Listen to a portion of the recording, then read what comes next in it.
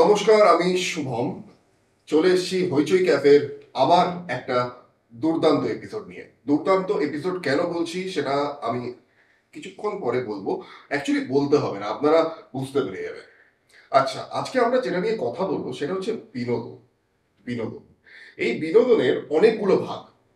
তার মধ্যে সব থেকে প্রধান যেই ভাগটা আছে সেটা নিয়ে কথা বলবো, সিনেমা। এই সিনেমার ইনফ্রাস্ট্রাকচার কি করে কাজ করে, সিনেমার বিজনেস কি করে কাজ করে, সিনেমায় প্রসেসটা কি, মেকিং প্রসেসটা কি, what is pre production, what is post production, এটা মানুষের কাছে পৌঁছায় কি করে, এই পুরো বিষয়টা নিয়ে আজকে কথা বলবো যার সঙ্গে, none other than the one and only producer Atanu Roy Chowdhury. Atanu sir, নমস্কার। নমস্কার, সবাইকে নমস্কার। কেমন আছেন আগে বলুন। খুব ভালো, খুব ভালো। তোমরা সবাই ভালো থাকলে আমিও তো ভালো থাকবো। একদম। একজন প্রডিউসার, এতগুলো সিনেমা প্রডিউস করছেন, করেছেন, আগামী দিনেও করবেন। এই সিনেমা প্রডিউস করার আগে যে প্রথম ধাপটা হয়, মাথায় কি আসে যে আমি একটা স্ক্রিপ্ট আসলো, একটা থিওরি আসলো, এবার আমি কাজটা শুরু করব? না, একটা সিনেমা তৈরি করতে গেলে প্রথম দরকার গল্প। রাইট। গল্পটাই আগে। গল্পটা ঠিক মতো যতক্ষণ না তুমি আহ, নির্বাচন করতে পারছো বা পছন্দ করতে পারছো, আমার মনে হয় সিনেমা করা উচিত নয়। কারণ তোমাকে ভাবতে হবে একটা অডিয়েন্স কি চাইছে। দর্শকরা না সিনেমা দেখলে তো সিনেমাটা চলার কোনো ব্যাপার নেই।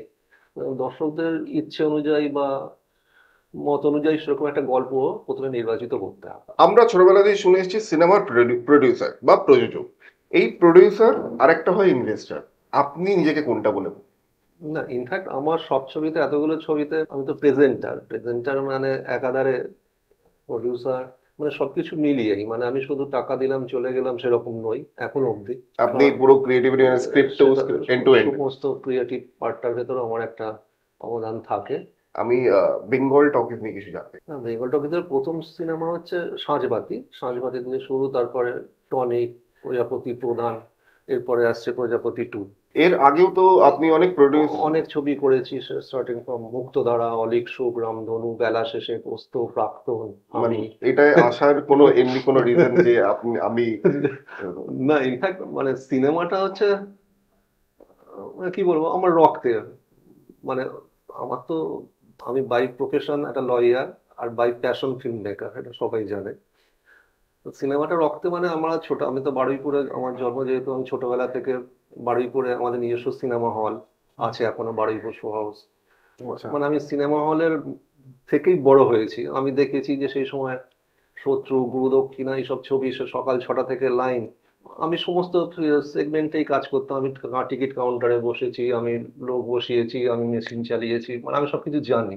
মানে এটা কি মানে আপনি করেছেন যেটা আমি বলছেন নিজে সেটা করেছি। মানে আপনার মানে এটা কি মনে হয়, মানে ফ্যামিলি বিজনেস বা? আমার ফ্যামিলি বিজনেস, টোটালি ওকে। আমার ফ্যামিলি হ্যাঁ। বিজনেস।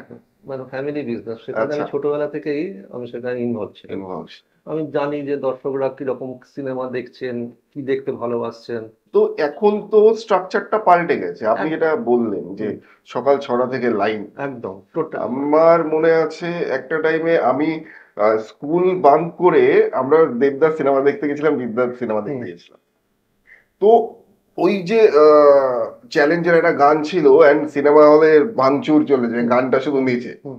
এখন তো পুরো স্ট্রাকচারটা চেঞ্জ হয়ে গেছে। সেটাকে আপনি কিভাবে দেখেন? না, সেটা হচ্ছে যে মানে উত্তম কুমার পরবর্তী সময়ে আমার মনে হয়, যেটা আমার মনে হয়, এটা দেখে যে বাংলা সিনেমাটাকে অক্সিজেন দিয়েছিল প্রসেনজিৎ, তারপরে অঞ্জন চৌধুরী, হরনাথ চক্রবর্তী, স্বপন সাহা, এরকম প্রভাত রায়, এরকম কিছু অন্যান্য পরিচালক যারা বাংলা বাঁচে।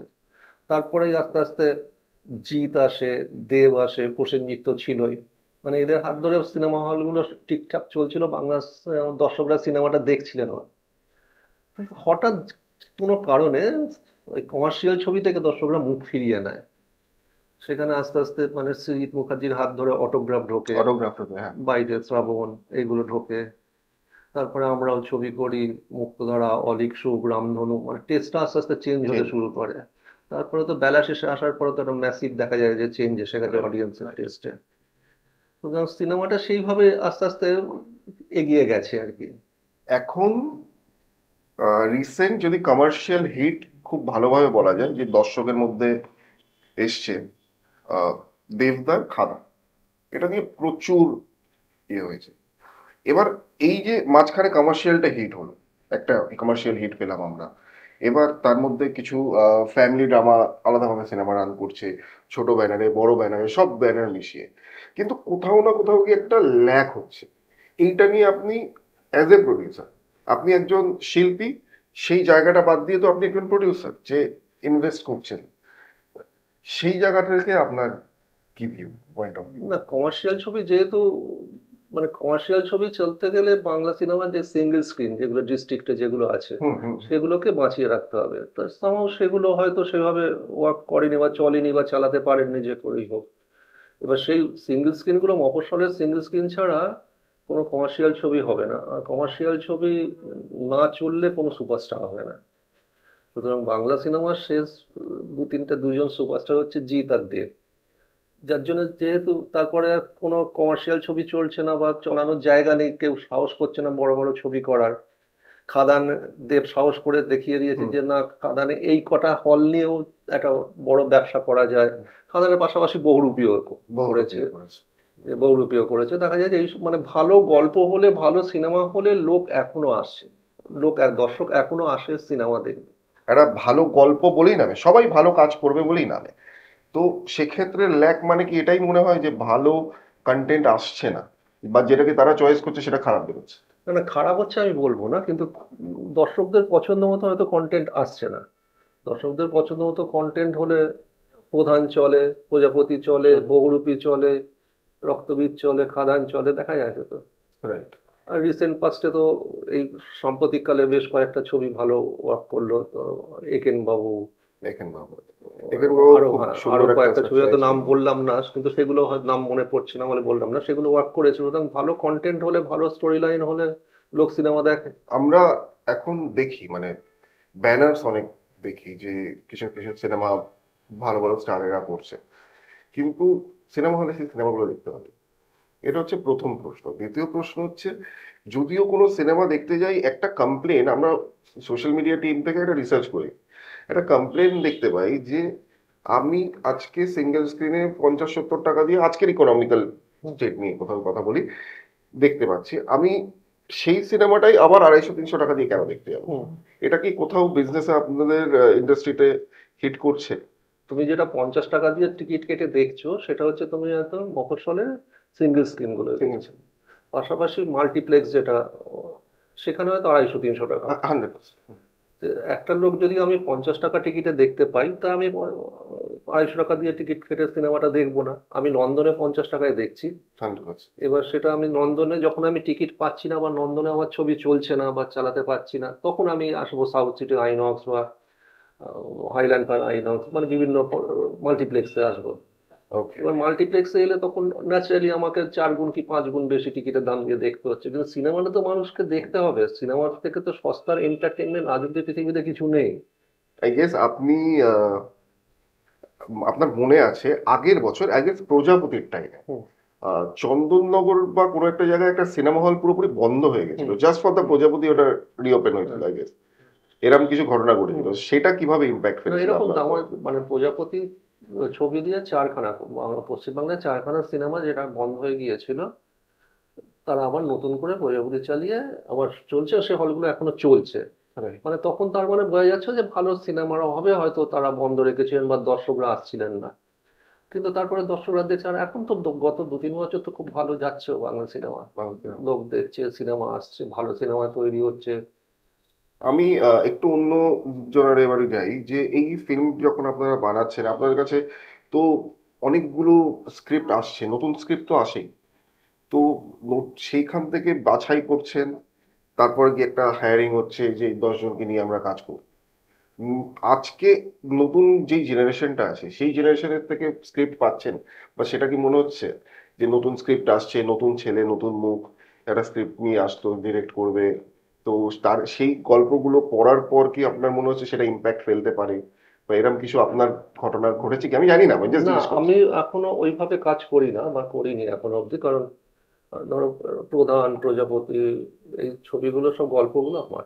হ্যাঁ। আচ্ছা, এবার কনসেপ্টটা আমার, এবার আমি, অভিজিৎ সেন যে ডিরেক্টর, যে স্ক্রিপ্ট ডায়লগ লেখে শুভদীপ, দেব, এই চারজনে বসে 1 বছর লাগে একটা ছবি তৈরি করতে।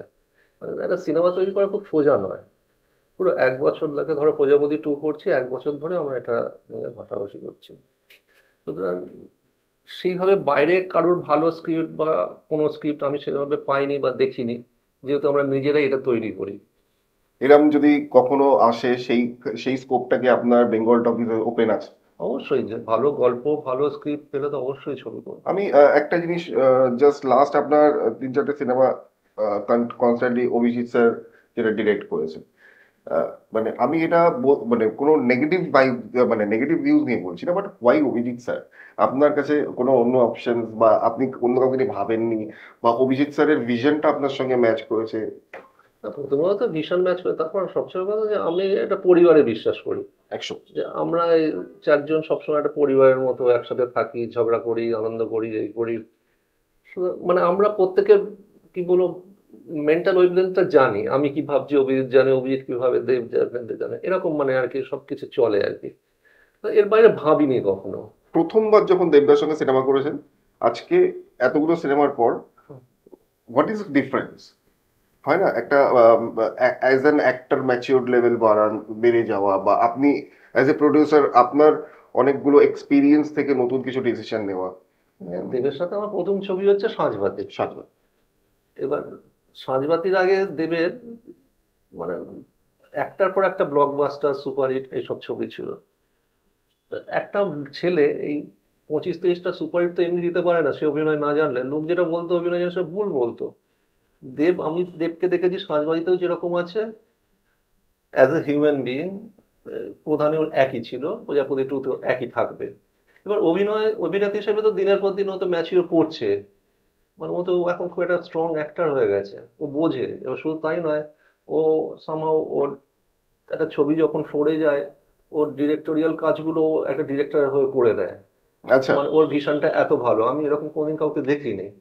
ও এত একটা একটা সুপারস্টার, কাঁধে করে ক্যামেরা নিয়ে যায়, দরকার হলে কারোর জলের দরকার হলে জলের বোতল দিয়ে আসে।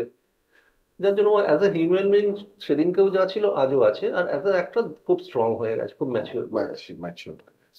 আমি আর একটু হিরোইনের দিকে যাই। আমি দেখেছি এটা আপনাদের যে নতুন ফেস দেবদার পাশে প্রত্যেকটা সিনেমায় লঞ্চ করার চেষ্টা, মানে এটা এই এক্সপেরিমেন্টটার এনি রিজন, মানে কোনো? না সেটা তো না, আমার মনে হচ্ছে যে নতুন ছেলেমেয়েদের তো একটু সুযোগ দেওয়া উচিত, যদি সুযোগ পায়। তার অসুবিধে কি আছে? হ্যাঁ? এটাই। অসুবিধে কি আছে? আচ্ছা। আজ ধরো প্রধানের বিশ্বজিতের মতো যে ছেলেটা ওই অনির্বাণের ভাগ্নের এটা করেছিল, ও তো নাটকের ছেলে, ওকে তো তুলে এনে আর নাটক আচ্ছা, দেখলাম, দেখে মনে হলো যে এটা ফিট করবে, ওকে ডাকলাম, সঙ্গে সঙ্গে এখন না, আমার ভালো লাগে নতুন ছেলেমেয়েদের কাজ। এরকম কোনো দেখতে পাচ্ছেন যে বিজনেস রান করছে না, মানে বিজনেস করতে পারি কমার্সের দিক দিয়ে, হুম। তখন কিভাবে হিট করে আপনাকে as a producer? Commercial business business মানে বিজনেসটা আমাকে রিটার্ন দিচ্ছে না, মানে ফিল্মের এরকম আমি জানি না কোনোদিন আপনার সঙ্গে হয়েছে কিনা, বাট হয়। তাছাড়া তারপরে হয়নি, ভাবি না। মানে মানে আমি সেই স্ট্রংলি খুব মানে আমি খুব স্ট্রংলি বিশ্বাস করি যে ভালো সিনেমা হলে দর্শক দেখবে। এটা হতে পারে না, সিনেমা তাহলে যেদিনকে দেখবে না তার মানে সিনেমা দেখা বন্ধ হয়ে গেল। এই কথাটা নিয়েই আমি একটু যাই। কিছুদিন আগে একজন স্টার মানে অভিনেতা, অনির্বাণ স্যার একটা পোস্ট করেছেন যে সিনেমা শিল্প ডাউন হয়ে যাচ্ছে, সিনেমা শিল্প আস্তে আস্তে প্রায় শেষ হয়ে যাচ্ছে। এটা নিয়ে কি বলবেন? জানি না, উনি ওনার মতামত জানিয়েছেন, আমার মনে হয় না। আমার মনে হয় আর কিছু না, মানে অল্পতে উত্তর দিচ্ছেন না, কেন? একদম একদম, মানে আমার মনে হয় না। আমরা আমরা ভালো সিনেমা করি, ভালো সিনেমা করব, দর্শকরা দেখেন, আমাদের স্যাটিসফ্যাকশনটা সেখানে। কি অ্যাওয়ার্ড পেলাম না পেলাম, I don't care, I don't bother. আমার অ্যাওয়ার্ড হচ্ছে নন্দন, প্রিয়া, নবীনা, অশোকায় হাউসফুল করা। আমি 1 বছর আগে যখন আপনাকে ইন্টারভিউ নিয়েছিলাম সেম কথাটাই কিন্তু একদম, আমি এই এতে বিশ্বাস করি যে মানুষকে না দেখাতে পারলে কোনো লাভ নেই। কিন্তু আমি এখনো পর্যন্ত কোনো না, আমার একটা প্রশ্ন ল্যাক হয়ে গেল, আমি প্রজাপতি 2 নিয়ে আরেকটু শুনতে হুম। চাইছিলাম, সেটা যদি আপনি কিছু। না, প্রজাপতি 2 তো বললাম লন্ডনে শুট হবে, কিছুটা কলকাতাতেও হবে। থ্যাংক ইউ স্যার, কথা বলে খুব ভালো লাগলো অনেকক্ষণ। আমি আশা করব যে প্রজাপতি 2 অনেক ভালো হোক, বড় হুম। হোক। আমি কংগ্রাচুলেশন জানাই হুম। শুটিং এর জন্য, all the best. And please আপনি দর্শক বন্ধুকে একটু বলে দিন আমাদের হইচই ক্যাফে পডকাস্ট যেন দেখে, আর প্রজাপতি 2 তো 100% তোমরা দেখতে না, হবে। হইচই ক্যাফে দেখুন আপনারা, পাশাপাশি এটাও ঠিক যে বাংলা সিনেমা দেখুন, অবশ্যই প্রজাপতি 2ও দেখবেন, এবং আপনারা যদি না দেখেন আমাদের এত পরিশ্রম এত প্রচেষ্টাটাই ব্যর্থ।